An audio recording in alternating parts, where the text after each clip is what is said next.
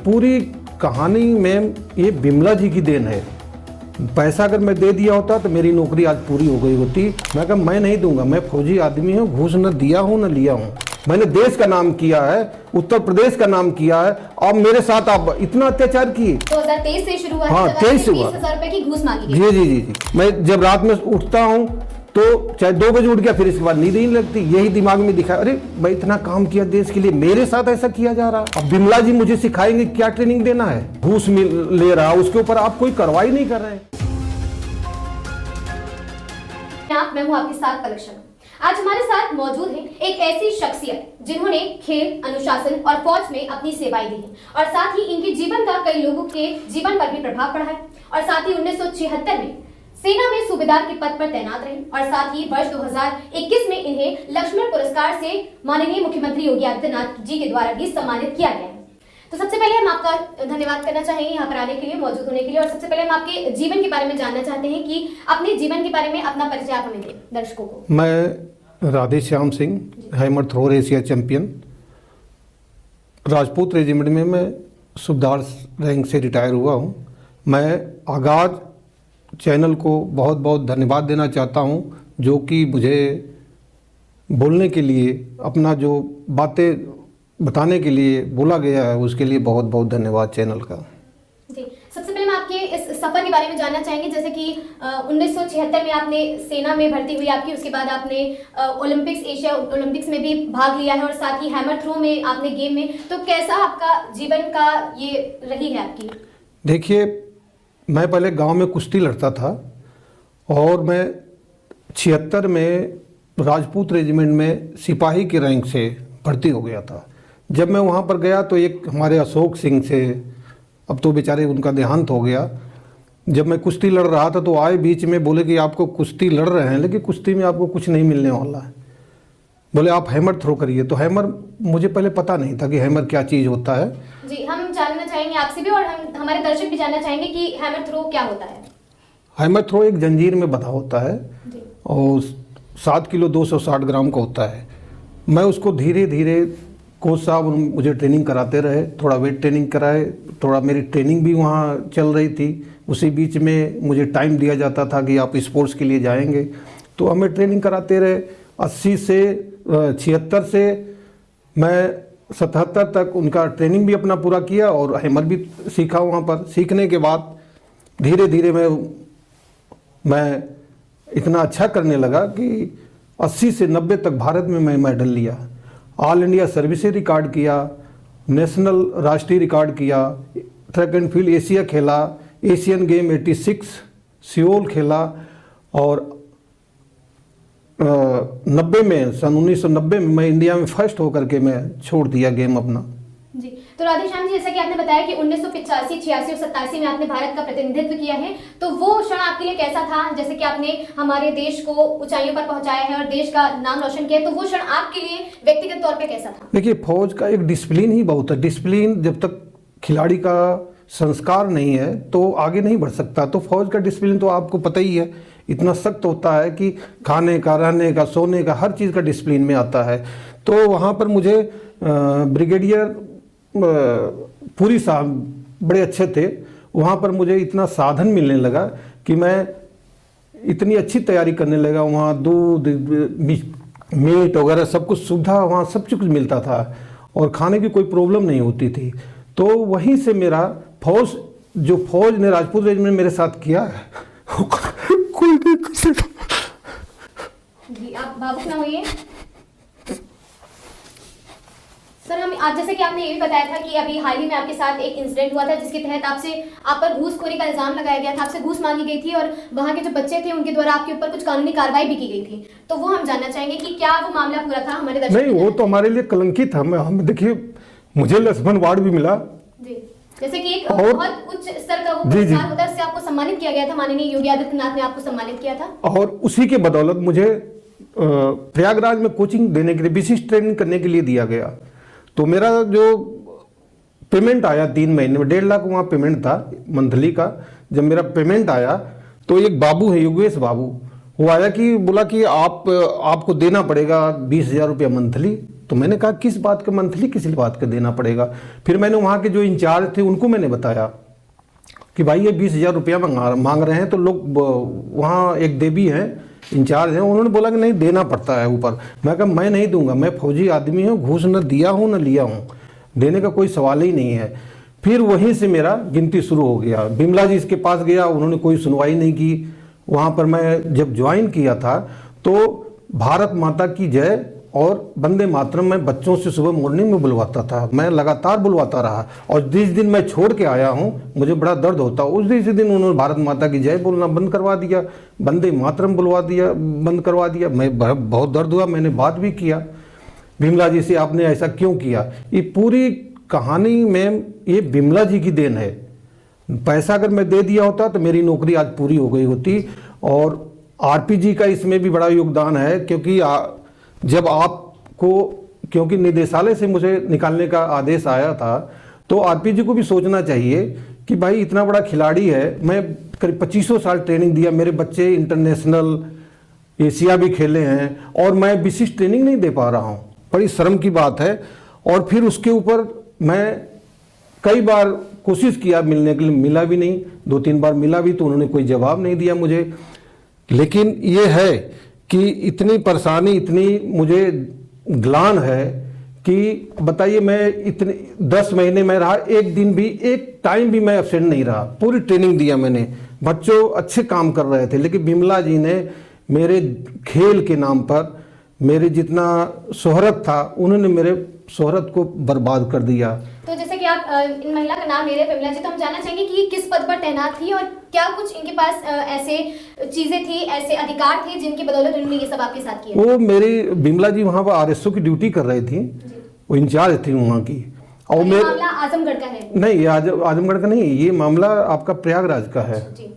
प्रयागराज, इलाहाबाद पहले बोलो, प्रयागराज जब बोला जाता है तो वहाँ का मामला है। वहाँ मदन मोहन मालवीय स्टेडियम है, वहाँ हॉस्टल है, तो हॉस्टल में मुझे ट्रेनिंग देने के लिए मिला था। तो वो श्रीमान जी पता नहीं उनको क्या बीमारी, जब मैं पैसा नहीं दिया तो मेरे खिलाफ कार्रवाई करने लगी, कभी उल्टा, कभी कुछ कहने लगी, कभी कुछ कहने लगी, यहाँ रिपोर्ट भेजती थी। अचानक मेरे साथ ऐसा हुआ है और उस दर्द को मैं अभी भी नहीं झेल रहा हूँ। मुझे इतना दर्द होता है कि 1 साल हो गया, कोई सुनवाई नहीं हो रहा। मैं कई लोगों से मिला, और सुहास अलवालिया जी बताइए, मेरे साथी, उनको भी लक्ष्मण वार्ड मिला था, वो खेल सचिव, उनके पास भी मैं मिला था, आरपीसी सिंह से मिला, कई नेताओं जी से मिला, लेकिन कोई नहीं, हो जाएगा आपका, हो जाए, कब हो जाएगा, कोई मतलब ही नहीं है। तो और आरपीजी चले, बहुत अच्छे इंसान हमारे साथ इंडिया कैंप में रहे हैं, और आप हॉकी में आप 6 कोच रख रहे हैं, 7 कोच रख रहे हैं, एथलेटिक में कोई किसी का माई बाप ही नहीं है। आप क्या नाम है, उसी को बढ़ा रहे हैं, हॉकी को बढ़ा रहे हैं। एथलेटिक में, ओलंपिक में कौन मेडल लिया है? हमारे सेना का आदमी लिया है, नीरज चोपड़ा जो सेना का है, वो मेडल लिया है। लेकिन एक ही मेडल आपको आते हैं ना, हमारे एथलेटिक में कितने मेडल आते हैं? आप एथलेटिक को डाउन करना चाह रहे हैं, आप एथलेटिक को कुछ समझ ही नहीं रहे हैं, जिसमें इंडिया को इतना मेडल मिलता है। ये गेम से आप सोचो कि हॉकी से ही आपका, हमारे उत्तर प्रदेश का भला हो जाए, तो भला होने वाला नहीं है। जिसमें 20 मेडल मिल रहे हैं एशिया में, ओलंपिक में सबसे अच्छा हमारा एथलेटिक्स का परफॉर्मेंस है, सबसे अच्छा, नीरज ने अच्छा गोल्ड मेडल लिया, इस बार सिल्वर मिला। लेकिन आप एथलेटिक के बारे में कोई सोचने वाला नहीं है, सेक्रेटरी सब ऐसे ही है। तो हमारे चैनल के माध्यम से आपकी सबसे प्रमुख मांग क्या है इस पूरे मामले? प्रमुख मांग ये है मैम कि मेरा सम्मान जब तक नहीं मिलेगा, मैं तो अभी मृत्यु के लिए, डायरेक्ट मृत्यु के लिए मैं ऊपर तक लिखा, मुझे मृत्यु दी जाए, मैं अपने मरना चाहता हूं। मैं तो बहुत कुछ किया हूं, लेकिन कोई सुन ही नहीं रहा। हमारा मांग ये है मैम कि मुझे नौकरी का 1 महीने भी ज्वाइन करा, सम्मान मिलना चाहिए। आपने कोई कार्रवाई नहीं किया उसके ऊपर, जो भारत माता की जय बोलना बंद करा दिया, जो हमसे घूस ले रहा, उसके ऊपर आप कोई कार्रवाई नहीं कर रहे हैं। एढाक वालों को आप दबाए रहते हैं कि आप इसमें हैं, आप ये करते हैं, आप वो करते हैं। आप जो परमानेंट वहां पर जो 8 साल से ट्रेनिंग दे रहा है, आपने उसका रिजल्ट नहीं पूछा कि आप कितना रिजल्ट आप लाए हैं। अब मैं 3 महीने के बाद, 3 ही महीने में मुझसे आप रिजल्ट देना चाहते हैं। आप जो 3 साल से ट्रेनिंग दे रहे हैं, क्या 3 साल में ओलंपियन बन गए खिलाड़ी हॉकी के? कम से कम मैम इसमें 6-7 साल 8 साल लगता है, तब जाकर के खिलाड़ी तैयार होता है। ऐसे मेरा लड़का खुद एशिया खेला है, यही चौक स्टेडियम मैंने उसको प्रैक्टिस कराया। आप मुझे कह रहे हैं कि विशेष ट्रेनिंग नहीं देने आता है आपको। बताइए कितनी शर्म की बात, जो मैं 25 साल ट्रेनिंग ही दिया हूं, एशिया में मेडल लिया, सब कुछ किया, आप बोले विशिष्ट ट्रेनिंग नहीं दे रहे हैं। और वो भी आरटीआई मैंने मांगा, तब मुझे उसमें एक लेटर आया कि आप विशिष्ट ट्रेनिंग नहीं दे रहे। आप जो आपके बेस्ट कोच है, यूपी के जो बेस्ट कोच है, मेरे सामने लाइए, आप मेरे सामने उनको करिए कि भाई मैं विशिष्ट ट्रेनिंग दे रहा था कि नहीं दे रहा था। इतना अत्याचार। मेरे साथ आरपी सिंह खेले हुए हैं, मेरे साथ इंडिया कैंप में रहे हैं, आज डायरेक्टर हो ईश्वर की कृपा से, लेकिन वो हम लोगों के बारे में कुछ सोचते ही नहीं।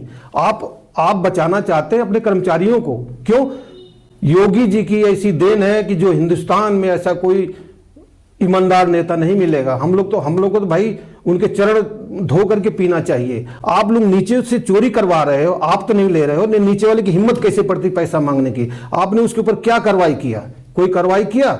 मैं आपके पास 3-3 4-4 बार मिला, आपने कोई नहीं, बोले ठीक है देखेंगे, फिर देखेंगे। ये कोई बात होती है? हमारी भी एक सम्मान है, मैं आपके बराबर खिलाड़ी हूं, कोई ये नहीं कि मैं कहीं नाम बदनाम किया हूं खेल के नाम से। मैंने देश का नाम किया है, उत्तर प्रदेश का नाम किया है। अब मेरे साथ आप इतना अत्याचार किए, आपने कोई इंक्वायरी नहीं की कि भाई इनके साथ क्या हो रहा है। मैं विशिष्ट ट्रेनिंग नहीं दे रहा तो मुझे लेटर देना चाहिए, नोटिस देना चाहिए कि आपके पास विशिष्ट ट्रेनिंग नहीं दे पा रहे हैं।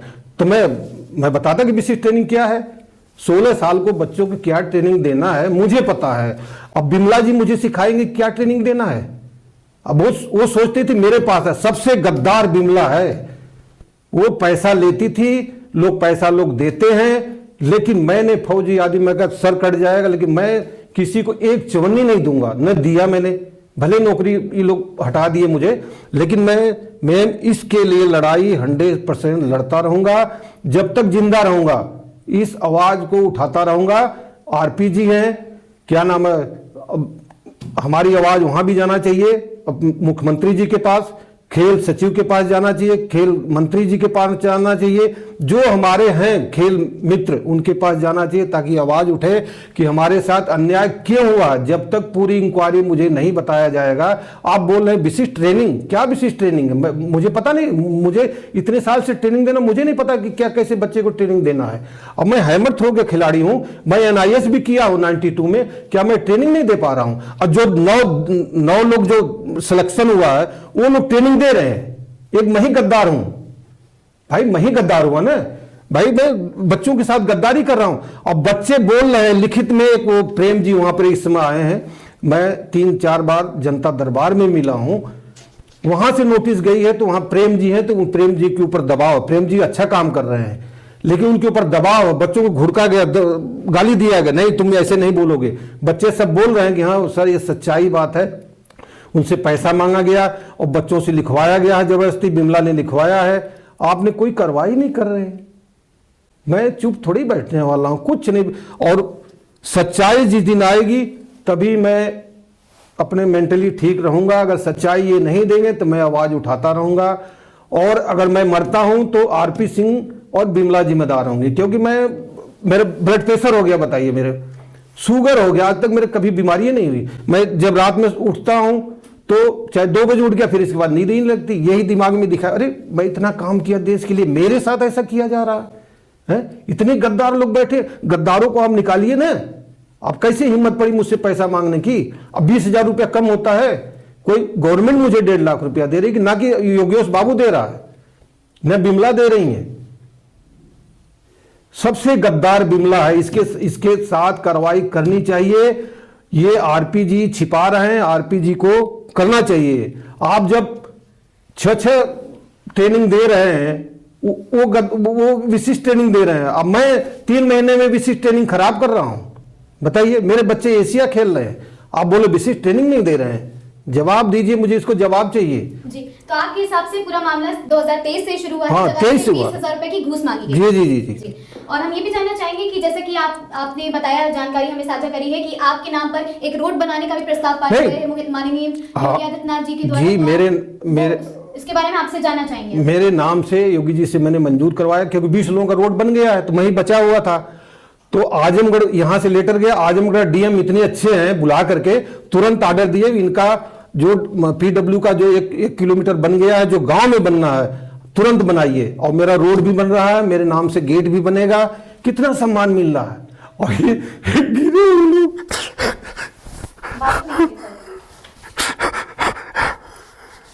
इतना सब कुछ होने के बावजूद भी आप न्याय की उम्मीद लगा रहे हैं यहाँ पर, और जो आपने 2 नाम साझा किए हैं, विमला जी और आरपी सिंह, आप चाहते हैं कि उनके खिलाफ कार्रवाई हो? कार्रवाई कर दी चाहिए। और हम जानना चाहेंगे कि जो बच्चे हैं जिनको आप स्पेशल कोच के तौर पर ट्रेनिंग दे रहे थे, उनका क्या कुछ कहना है इस मामले में? वो बच्चे मेरे साथ हैं, वो सब मेरी गवाही दे रहे हैं कि नहीं सर ट्रेनिंग दे रहे हैं। अभी फोन आता है बच्चों का, मैं अपने पैसे से लेके जाता था टेम्पू में बैठा करके गंगा जी के किनारे ट्रेनिंग देना, वेट ट्रेनिंग कराना, इतनी हार्ड ट्रेनिंग कराना, क्या हमें कराना क्या नहीं कराना मुझे पता है। अब मैं पूछ रहा, या तो आप बिमला जी मुझे ट्रेनिंग का पूरा विवरण देना चाहिए कि ये कराना चाहिए, आप ये कराइए। मेरे से बहुत जूनियर हो हैं, वो सोचती थी मेरे पास आए के कहें और मुझसे ये करें। मैं फौजी आदमी हूं, मैं अपना काम कर रहा हूं, मैं अपना काम करने का वो हूं कि भाई एक टाइम भी कोई वहां बोल दे, मैम बच्चा बोल दे कि 1 सेकेंड। मेरी माताजी 2023 में उनका स्वर्गवास हुआ था, मैं घर रात में गया और रात ही सुबह चला आया बनारस में जलवाया उनको माताजी को, और सीधे मैं कोचिंग देने चला आया। ये लोग इतने बेशरम, इतने गिरे हुए कि शर्म नहीं आती। आरपी जी आप क्या करना चाहते हैं? आप अपने गेम को आगे बढ़ाइए, बाकी गेम क्या कूड़े में डालेंगे आप? मजबूर हो कि मुझे बोलना पड़ रहा मैम, नहीं तो ऐसे काम में ऐसे थोड़ी चलेगा। आप ये डायरेक्टर हैं, ठीक है, मैं आपसे कम खिलाड़ी थोड़ी हूं। आप ईश्वर आपको बढ़ाए, तो हम भी फौज में ऑफिसर क्लास 2 ऑफिसर रहे हैं, कोई चपरासी नहीं रहे हैं। और फौज में जितना इज्जत मिला मैम उतना कहीं नहीं मिल सकता आपको। जितनी फौज की इज्जत है ना, उसी की देन है, आज मैं उसी की रोटी खा रहा हूं फौज की। ये लोग तो कि आप नहीं, मैंने ढाक में यहाँ 18 साल ट्रेनिंग दिया, तब नहीं कभी कोई बोला कि आप ट्रेनिंग नहीं दे रहे हैं। चौक स्टेडियम में 18 साल मैंने ट्रेनिंग दिया, फौज में 10-12 साल ट्रेनिंग दिया, आज तक कोई नहीं उंगली उठाया मेरे ऊपर कि आप ट्रेनिंग सही नहीं दे रहे। और 9 लोग ट्रेनिंग दे रहे, उनके ऊपर कोई आवाज नहीं उठी, उनकी सेटिंग है, हमारी आवाज उठाई जा रही कि भाई ये तो विशिष्ट ट्रेनिंग नहीं दे रहे थे। आप बताइए, मैं विशिष्ट ट्रेनिंग, आप बैठिए ना, जैसे आपका ये क्या है, खान साहब है, अच्छे कोच है, बुलाइए मेरे सामने। कई लोग 1-2 कोच अच्छे हैं, बाकी तो सब ऐसे ही हैं। आप अपने कोच का रिपोर्ट लीजिए ना कि 8 साल से वहां हॉस्टल में पढ़ा, उसका क्या रिपोर्ट है, उन्होंने क्या किया आज तक खिलाड़ियों के लिए, उन्होंने क्या खेला है आज तक। आप मेरे ऊपर आवाज उठा दिए कि आप विशिष्ट ट्रेनिंग नहीं दे रहे हैं। तो मैं भी बताइए, बहुत अत्याचार हो रहा है। और योगी जी से मैं मिलना बहुत कोशिश कर रहा हूं, योगी जी मिल जाएंगे तो सब मेरा काम सब हो जाएगा। लेकिन इतना बिजी, इतना ये देवता लोग हैं, योगी मोदी ये देश के लिए ये देवता हैं, इनका तो पूजा करना चाहिए। लेकिन ऐसे लोग, कुछ लोग हैं जो उनकी आवाज़ कुछ गलत उठाते हैं। न हिंदुस्तान में ऐसा कोई नेता आया है, ना आएगा में, लेकिन उसके बावजूद भी लोग उल्टा बोलते हैं। तो उल्टा वहाँ बोलते थे प्रयागराज में, तो उसी की लड़ाई हो जाती थी मेरी। योगी जी के बारे में उल्टा सीधा बोल देते थे। मैं भाई वो योगी जी के बारे में क्यों बोल रहे, मैं भी नेता, मैं कोई नेता नहीं हूं, लेकिन ऐसे इंसान को आप उल्टा क्यों बोल रहे हैं। और मुझे जब अध्यक्ष वो थे, क्या नाम है, वाजपेयी जी, तो मुझे खेल सचिव भी बनाया भाजपा का, अवध क्षेत्र का संयोजक भी बनाया गया मुझे। लेकिन मेरे पास इतना टाइम नहीं कि मैं, कुछ दिन गया मैं ऑफिस में, लेकिन मेरे पास इतना टाइम नहीं कि वहां पर मैं जाऊं।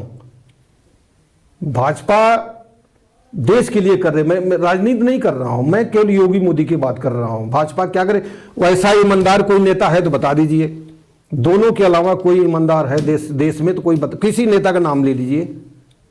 और उसको आप लोग उल्टा वहां बोल रहे हैं इलाहाबाद प्रयागराज में, तो उनकी मैं कैसे आवाज मैं दबा दूं। और उन्हीं की आवाज मैं उठाता था, और वही उन लोगों को खराब लगता था वहां के। जी, तो जैसे कि आप कहना चाहते हैं कि उत्तर प्रदेश सरकार के सिस्टम में जो कुछ अधिकारी हैं जिनका आपने नाम लिया, उनकी वजह से सब अन्याय आपके साथ हो रहा है। और आरपी सिंह बेईमान नहीं है मैम जी, नीचे वाले बेईमान है, मैं तो बार बार बोल रहा हूँ। तो आप उनको, आप बेईमानों को हटाएंगे ना, कुछ कार्रवाई करेंगे। आप तो चलो ईमानदार है, मैं बोल रहा हूँ आप ईमानदार हैं, लेकिन उसकी हिम्मत कैसे पड़ेगी मेरे से पैसा मांगने के लिए। आपने, मैं उसके लिए लेटर भी डाला कि भाई इसका पेंशन रोकिए, कोई कार्रवाई नहीं हुई, वो चला गया। और मेरे ऊपर आप शासन और प्रशासन से किस स्तर की कार्रवाई चाहते हैं? मेरा यही है कि मेरा सम्मान मिलना चाहिए, मैं वापस, मैं चाहे 1 ही महीने नौकरी वहां करूं, मुझे वो सम्मान मिलेगा। तब तक मुझे शांति नहीं आएगी जब तक मुझे वो सम्मान नहीं मिलेगा। मुझे पैसे 1 पैसे न दें, 1.5 लाख मुझे नहीं चाहिए, लेकिन मुझे वो नौकरी चाहिए। मुझे क्यों निकाला गया, मुझे पूरा विवरण दीजिए क्यों निकाला गया। भाई आइए, आप इतने महान हैं तो आइए मेरे सामने बैठिए, मैं क्या गलत ट्रेनिंग दे रहा था। बिमला को बुलाइए, बिमला तो गद्दार है यहाँ पर, बिमला तो एकदम गद्दार है। वो वहाँ एकदम गद्दारी की, बच्चों अच्छे अच्छे बच्चों को गलत गलत फंसा करके उनको निकाल दिया, उनकी लाइफ बर्बाद कर दिया। वहाँ कम अत्याचार किए हॉस्टल में। आज बच्चे हॉस्टल में ये फायदा है मैम, कम से कम बच्चों को 500-400 रुपए की डाइट मिलती है, उसमें भी आप चोरी करोगे तो बच्चे क्या खाएंगे। तो किसकी शय पर ये चल रहा है, या फिर वहां पर ये बिमला की शय पे चलता था। अभी अभी प्रेम आए हैं, प्रेम के अभी प्रेम जो आए हैं वो अच्छा बच्चों को डाइट मिल रहा है, बच्चे बड़ी तारीफ कर रहे हैं जी। अब बिमला के बोलते थे चोरी कराती थी। 50% आप मांगोगी उससे, अगर भाई जो मैनेजर लगा 50% आप मांगोगी तो कहाँ बच्चों को खिलाएगा। मैं थोड़ी आवाज उठा दिया, पानी नहीं मिल रहा था, गर्म उनको वो चाहिए, उस समय गर्मी था तो मैंने बोला इनको नींबू का पानी चाहिए। जब नींबू का पानी ऑर्डर है तो नींबू का पानी क्यों नहीं दे रही हो। तो मतलब कुल मिला के आपने हमेशा से ही बच्चों के हितों के लिए आवाज उठाई है और सरकार के हित के लिए आवाज उठाई है कि सरकार की तरफ से जो बच्चों को सुविधाएं दी जा रही हैं वो बच्चों तक पहुंचे। इन सब चीजों को लेकर आपने प्रमुखता से आवाज उठाई है, जिसकी वजह से आपके खिलाफ ये कार्रवाई। हाँ मैम, एक बात और, जो बच्चों का हॉस्टल में इतनी बच्चे मेहनत करते हैं उसकी आप डाइट खाते हैं, शर्म नहीं आती जी। हॉस्टल की स्थिति क्या कुछ हम जानना चाहेंगे। नहीं अब तो ठीक है, लेकिन पहले इसके जमाने में जब थी तो बड़ी हालत खराब थी हॉस्टल में। 50% कार्यकाल कब तक रहा था। अभी बनारस में है भाई, मिली भगत है सब। हाँ ट्रांसफर हो गया, तुरंत ट्रांसफर हो गया, जहां मेरा हुआ तुरंत ट्रांसफर कर दिया उसका, क्योंकि वो फंसने वाली थी तो उसको ट्रांसफर कर दिया। अभी प्रेम जी आए, अच्छा चल रहा है। प्रेम जी भी मेरा लेटर जाता है तो प्रेम जी दबाव में उल्टा लिखते हैं। अगर उनके दिमाग में है कि ये सच्चाई है राधे श्याम सिंह के साथ, अगर वो, मैं चैनल के माध्यम से बोल रहा हूं प्रेम जी, अगर मैं गलत हूं तो आप मेरे साथ कुछ भी कर सकते हैं। जी आपकी आवाज बिल्कुल वहां तक पहुंची, सच्चाई दीजिए। और राधेश्याम जी मैं आपसे जानना चाहेंगे, जैसे कि आप सेना में भी रहे हैं, आप एसकेडी एकेडमी में स्पेशल कोच पर भी रहे हैं, एशियन गेम्स में भी आपने खेला है, तमाम तरह की आपने अभी भी मैं इंडिया मेडल लेके आया हूँ मास्टर में जी। 2009 में गोल्ड मेडल एशिया में जीता, 2011 में एशिया में मेडल जीता जी। और लक्ष्मण पुरस्कार से भी आपको सम्मानित किया गया। तो इन सब चीजों का अनुभव आपका कैसा रहा है व्यक्तिगत अनुभव? बहुत ऐसा प्रफुल्ल हो गया दिमाग की, बता दे 35 साल बाद मुझे पहले बोलते थे मैम घूस लगता, दलाली चलती थी पहले उसके राज में कि भाई इतना पैसा दोगे तो इतना मिलेगा आपको, नहीं मिलेगा। मैं कहा जब मैं गेम किया हूं तो दलाली किस बात का। और इसमें आरपी के राज में कोई एक चवन्नी कोई नहीं मांगा, न कोई चाय पिलाया, न कोई कुछ कहा। तो मैं योगी जी का सम्मान करूंगा कि भाई पीछे वाले की सम्मान करूंगा। और 35 साल बाद मुझे लक्ष्मण वार्ड एक बहुत बड़ा वार्ड है, ये नहीं छोटी बड़ी वार्ड है, ये यूपी का आजमगढ़ का मैं एक अकेला हूं जो मुझे लक्ष्मण वार्ड मिला है। आज तक किसी को नहीं मिला है। मेरे नाम से रोड बन रहा है, मेरे नाम से डीएम साहब आकर के कितने सम्मान दे रहे हैं, वीडियो साहब सम्मान दे रहे हैं, वहाँ के सचिव साहब, वहाँ के ब्लॉक प्रमुख हमारे हैं, सब लोग सम्मान दे रहे हैं कि भाई आप इतने बड़े खिलाड़ी, आपके नाम से रोड बनेगा, आपके नाम से गेट बनेगा। तो ये हमेशा के लिए एक नाम हो गया। भाई मैं रहूं या न रहूं, कम से कम कुछ रहेगा तो लोग याद करेंगे भाई राधे श्याम, ग्राम भटगांवा, पोस्ट दौलताबाद, जिला आजमगढ़ का रहने वाला ये लड़का है और इतना बड़ा नाम किया था। अब नाम ही चीज है, पैसा थोड़ी चीज है। फौज में बेईमानी नहीं है मैम, है, लेकिन बेईमानी एकदम नहीं है। इतने यहां तो कदम कदम पर अब हर जगह क्या है, योगी जी बैठे हैं, योगी जी रहेंगे वहां पर। आप लोग किस लिए हो, उनको कंट्रोल करिए ना। कैसे पैसा मांग रहे हैं, उनकी हिम्मत कैसे पैसा मांग रहा है। और हॉस्टल का जो खाएगा मैम ने, जो बेईमानी करेगा हॉस्टल, बच्चों का पैसा, इतने बच्चे मेहनत करते हैं, उनका डाइट खाने के चक्कर में वो तो 50 रुपये, 10 रुपये, 20 रुपये, 50 रुपये, क्या मतलब है भाई। एक तो उनको 400-450 जो भी गवर्नमेंट दे रही है, जब पूरा पैसा मिलेगा तभी तो मैनेजर खाना देगा, अच्छा भोजन देगा, टाइम से सब कुछ देगा। और खाने के अलावा वहाँ जो अन्य सुविधाएं होती हैं वो सुविधाएं अब बड़ी अच्छी हो गई है। ये जब से प्रेम जी आए हैं बड़ा अच्छा काम किए हैं, बच्चे बड़े खुश हैं। तो प्रेम जी से यही प्रार्थना करता हूं, मेरी सच्चाई आपके पास लेटर जाता है, मेरी सच्चाई दीजिए प्रेम जी, आप घबराइए नहीं। आरपी जी आज हैं कल नहीं रहेंगे, आप हैं कल नहीं रहेंगे, बिमला हैं नहीं रहेंगी, लेकिन आप मेरी सच्चाई तो दीजिए कि अगर मैं गलत हूं तो मुझे चौराहे पर खड़ा करके गोली मार दीजिए। अगर मैं गलत ये बोल रहा हूं, एक भी शब्द गलत बोल रहा हूं, कह रहा हूं, अगर उसमें एक भी शब्द हो तो मेरे साथ कार्रवाई करिए। मैं फौजी आदमी हूं, मैं कोई ये भिखारी नहीं हूँ कि भाई झूठ बोल रहा हूँ, पलट जाऊंगा।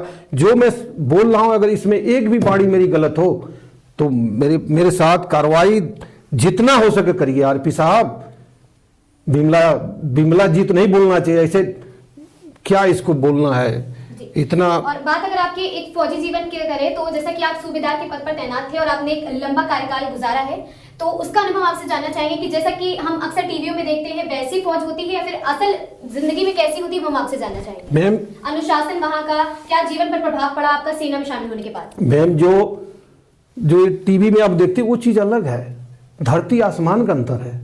हाँ, बहुत अंतर है। जैसे मैं सिपाही से भर्ती हुआ, ट्रेनिंग किया, नायक, लांस नायक बना, नायक बना, हवलदार बना, और मुझे के सुंदर ने स्टार लगाया है। जब स्पेशल एशियन गेम खेल के आया था तब वो मुझे स्टार लगा गया, हमें और सरनाम सिंह एक है, तब हमें स्टार। लेकिन फौज की ज़िंदगी इतनी मस्त ज़िंदगी है मैम, उसी ज़िंदगी मिलना बहुत मुश्किल, सिविल में नहीं मिल सकता।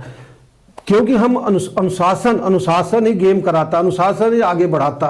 अगर आपका अनुशासन ठीक नहीं है तो आप आगे जिंदगी में नहीं बढ़ सकते। आजकल की युवा पीढ़ी को आप किस तरह से प्रोत्साहित करेंगे कि अगर कोई युवा पीढ़ी आजकल की और आर्मी में जाना चाहे, मिलिट्री में जाना चाहे, तो आप किस तरह से उन्हें प्रोत्साहित करेंगे और क्या कुछ आप उन्हें सुझाव देना चाहेंगे? देखिए, आर्मी में अभी वो 4 साल का आया है, वो अच्छा भी है। अगर आप 4 साल पूरा करके आते हैं तो आपको अच्छी नौकरी भी मिल सकती है। और मैं रिक्वेस्ट ये भी करूंगा कि जो स्पोर्ट्समैन जा रहा है इसके कोटे से 4 साल, उसको अलग से उसका बढ़ाया जाए, 4 साल से ऊपर उसको किया जाए, और जो अच्छा काम करे फौज में उनको भाई परमानेंट कर दिया जाए। और ये भी जो नौकरी मिल रही है मैम, कहाँ नौकरी मिलती है? 4 साल, आपको 4 साल में आपका तो 30 लाख करीब कितना मिल जा रहा है, आपका सम्मान मिलेगा, आपका सब कुछ मिलेगा, आपको नौकरी मिल जाएगी। इतना सम्मान कहाँ मिलेगा? सिविल में कहाँ मिलेगा? सिविल में कभी नहीं मिलेगा आपको इतना सम्मान। आपको इतना पेमेंट कौन देगा? आपको इतना फिट, इतने ट्रेनिंग में कई लाखों रुपया खर्च हो जाता है फौज का। आप ट्रेनिंग जाके देखिए, खाना, रहने, सुविधा, सब कुछ, भाई उसमें बहुत पैसा खर्चा गवर्नमेंट को होता है। तो ये जो मोदी जी किए हैं, रक्षा मंत्री जी किए हैं, ये अच्छा है भाई। 4 साल किए, आप कहीं पुलिस में चले जाइए, कहीं आप BSF में चले जाइए, कहीं रेलवे में चले जाइए, आपको वो करने के लिए एक रास्ता बना दिया है कि आप कहीं भी जाएंगे तो आपको नौकरी मिलेगी। बहुत अच्छा ये चीज़ है, बहुत अच्छा है। पहले भी हमारे ज़माने में जो ऑफिसर्स थे वो 5 साल के लिए आते थे, 5 साल करते थे और फिर वो चले जाते थे, अच्छी नौकरी उनको मिल जाती थी। तो ये अच्छा काम है, ऐसी बात नहीं है जी। और साथ ही जैसे कि अभी हाल ही में उत्तर प्रदेश सरकार के द्वारा ये नियम लागू किया गया है कि जितने भी वहाँ पर फौज में सिपाही हैं वो अपनी फोटोज या फिर वीडियो सोशल मीडिया पर नहीं डाल सकते हैं, तो उसको आप किस नजरिए से देखते हैं? ऐसा है ना कि कुछ रैंक लगा करके लोग उल्टा काम करते थे, ड्रेस लगा के उल्टा काम करते थे, उसमें फोर्स की बदनामी होती थी।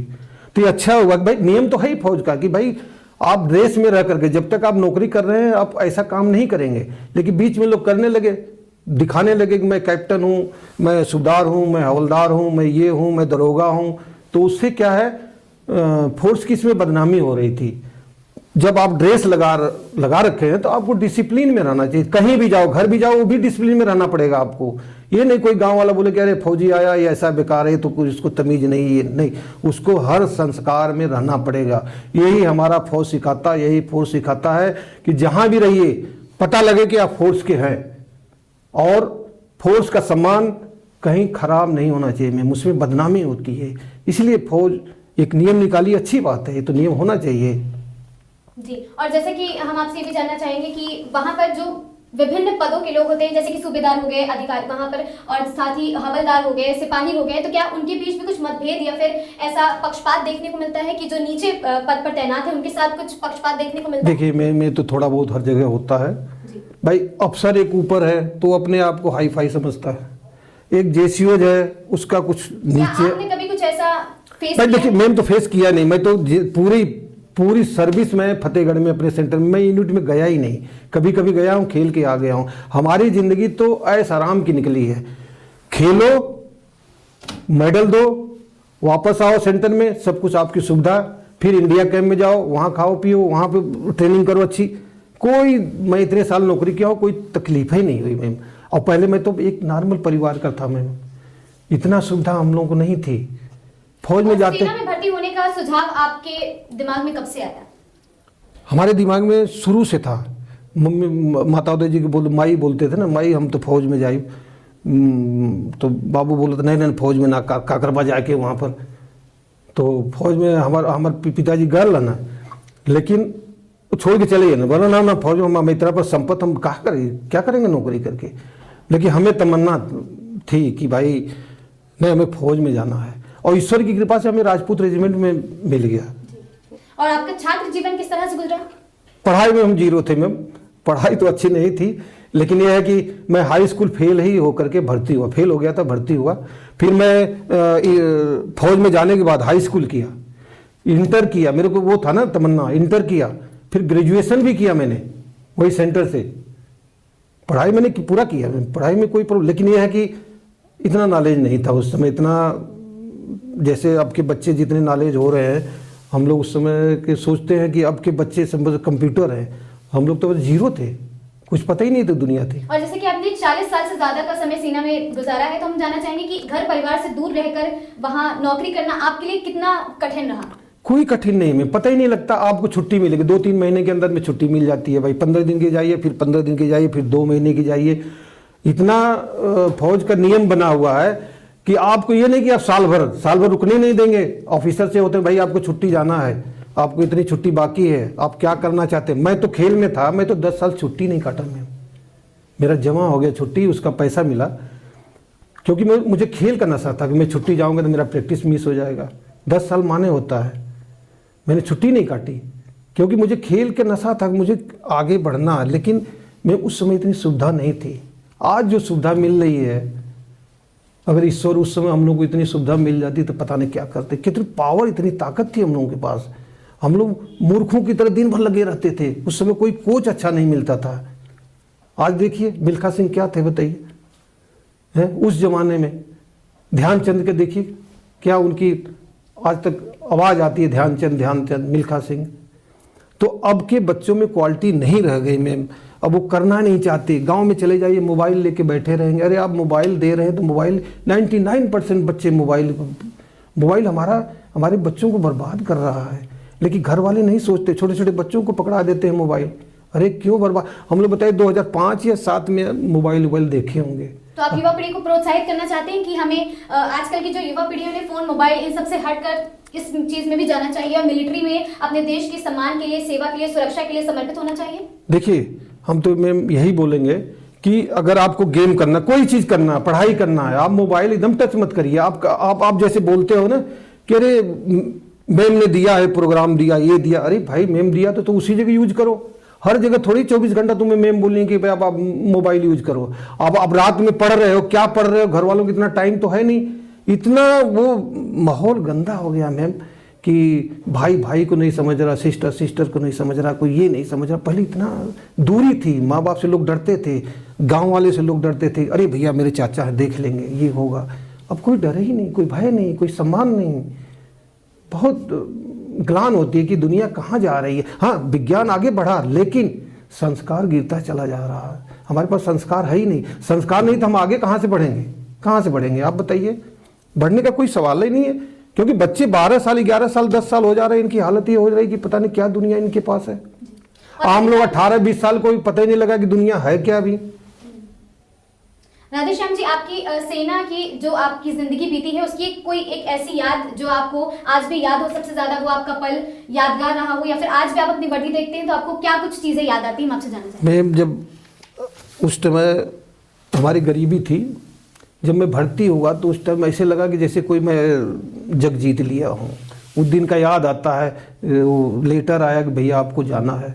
और राजपूत रेजिमेंट में गया तो और मुझे उस दिन का बड़ा खाना, स्टैंडर्ड का खाना खाना, ये खाना, ट्रेनिंग, सुबह उठना 4-3 बजे उठा देना, टाइम से भोजन, टाइम से सब घंटी, सबका टाइम का था। तो हम लोग को डिसिप्लिन सिखा दिए कि आपको रहना कैसे है, आपकी ज़िंदगी क्या है। ट्रेनिंग में जो होती है हमारी ट्रेनिंग, ऐसा सिखा देते हैं, संस्कार ऐसा पढ़ा देते हैं।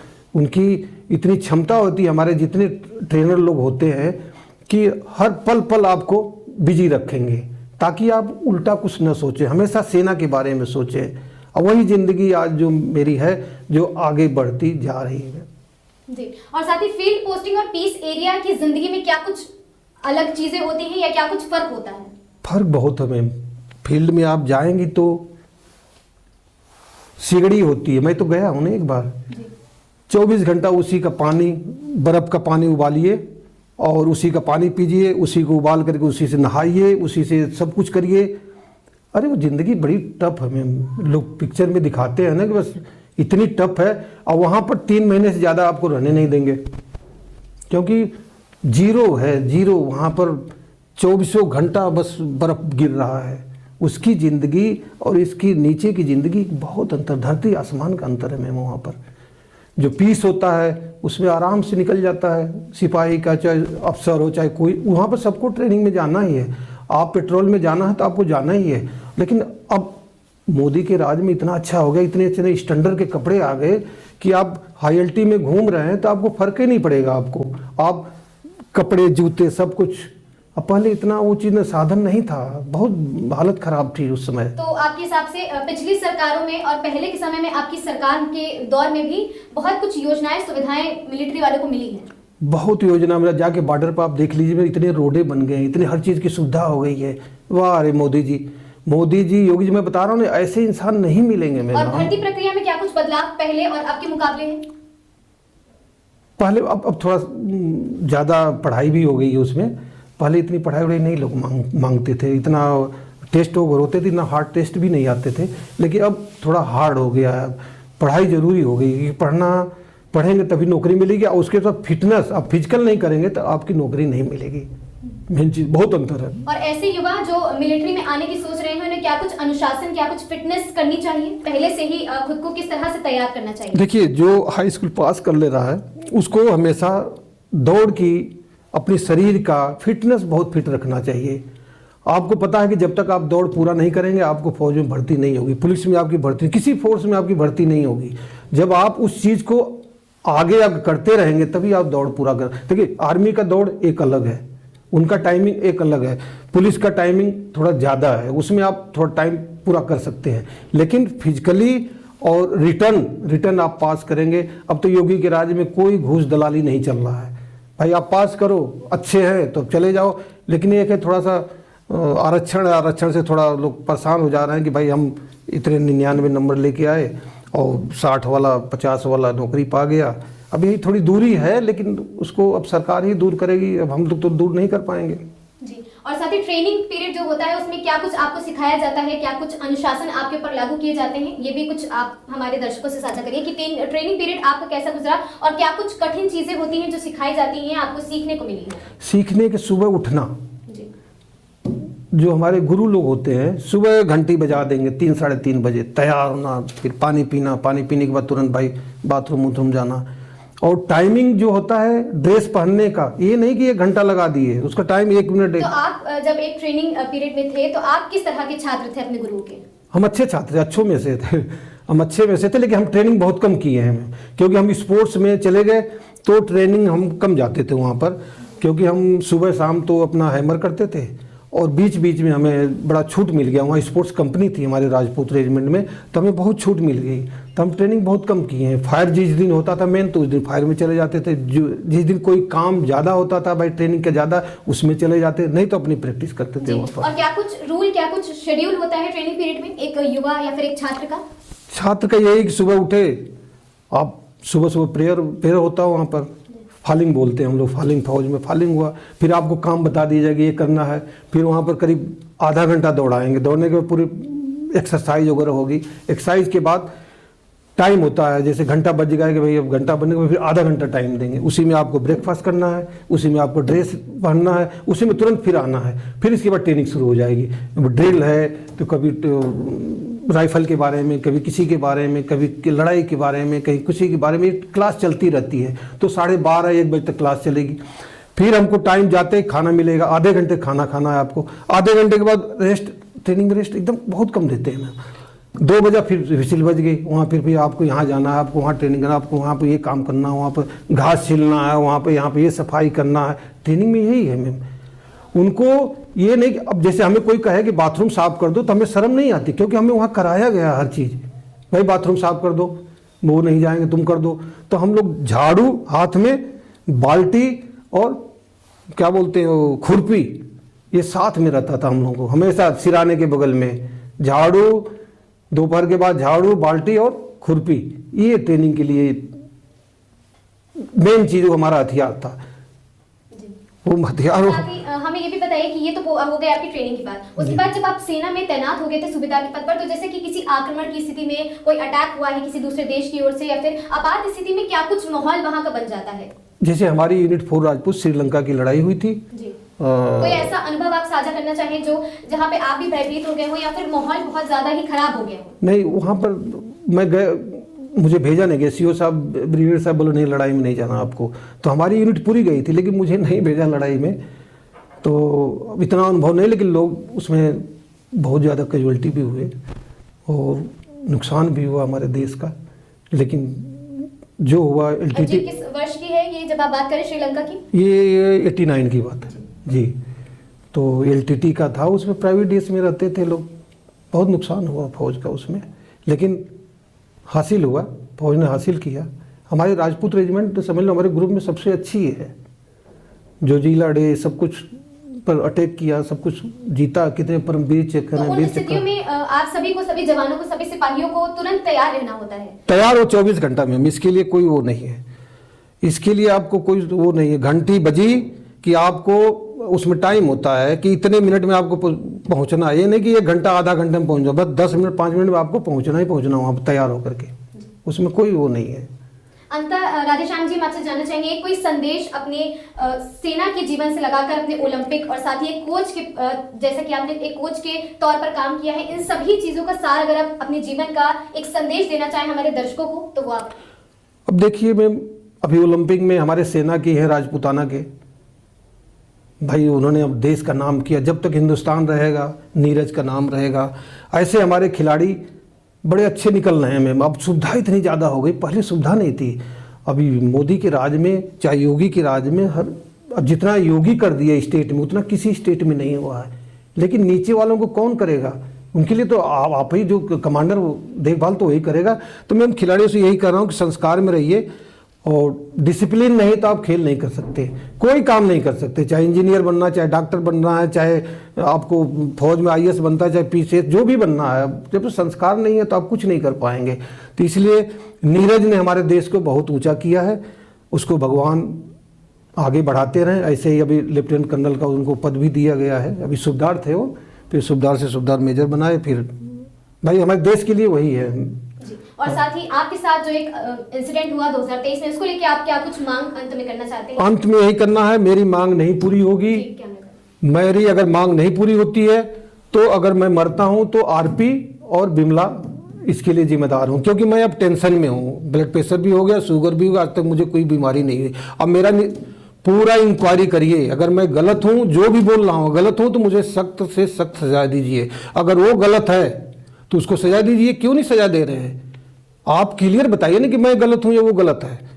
इसलिए मैं RP साहब से, खेल सचिव, खेल मंत्री, हमारे कई नेता लोग हैं, ब्रिजभूषण जी हैं, राजा भैया जी हैं, और आपके कई खिलाड़ी के शुभचिंतक हैं, उसके ऊपर ध्यान दें। नहीं ध्यान देंगे तो हमारा अब तो क्या है, अंत में आदमी जब कुछ नहीं होता है तो मजबूरी में कुछ न कुछ कदम उठाता है। तो आप लोगों से यही कृपा है कि मुझे कदम मत उठाने दीजिए, क्योंकि मैंने देश की सेवा की है और इसमें आप मेरी मदद करिए। बस आप लोगों से यही प्रार्थना है, मदद करिए, आप लोगों की बड़ी कृपा होगी। और मैं इस चैनल की तरफ से, मैं चैनल को बहुत बहुत धन्यवाद देना चाहता हूँ कि मैं इस बोलने के लिए मुझे बुलाया गया। आपका ईश्वर की कृपा से आपका चैनल आगे बढ़ता रहे, और आप ऐसे कोई गरीब दुखिया किसी की आवाज़ को आप उठाएंगी तभी दुनिया आगे बढ़ेगी। आपका बहुत बहुत धन्यवाद। तो आज आपने जाना राधेश्याम जी के जीवन के बारे में, जिन्होंने 1976 में सेना के पद पर सूबेदार के पद पर कार्य करते हुए अपने जीवन की शुरुआत की, और साथ ही 1986, 85 और साथ ही 87 में एशियन गेम्स में हैमर थ्रो में भारत का प्रतिनिधित्व किया। इतना ही नहीं, उन्होंने 2021 में माननीय मुख्यमंत्री जी से लक्ष्मण पुरस्कार भी प्राप्त किया है। और उसके बाद 2023 में उनके साथ कुछ ऐसा हुआ जिसके लिए आज तक वो अपने सम्मान के लिए लड़ाई लड़ रहे हैं, और साथ ही लगातार लड़ाई करते हुए रहेंगे जब तक उन्हें न्याय नहीं मिलेगा। उनकी सिर्फ एक मांग है कि उनका सम्मान उन्हें वापस चाहिए। उनसे घूस की मांग की गई, लेकिन घूस ना देते हुए उन्होंने अपनी नौकरी अपनी इच्छा से छोड़ दी और साथ ही अपने सम्मान के लिए लड़ाई लड़ी है। उन्होंने स्पेशल कोच के तौर पर बच्चों को सिखाया भी है और तमाम ने। तो राधे श्याम जी का जीवन का सफर इतना ही। मिलते हैं एक नए पॉडकास्ट में, तब तक के लिए जुड़े रहे हमसे और देखते रहें आगाज टाइम्स। बहुत बहुत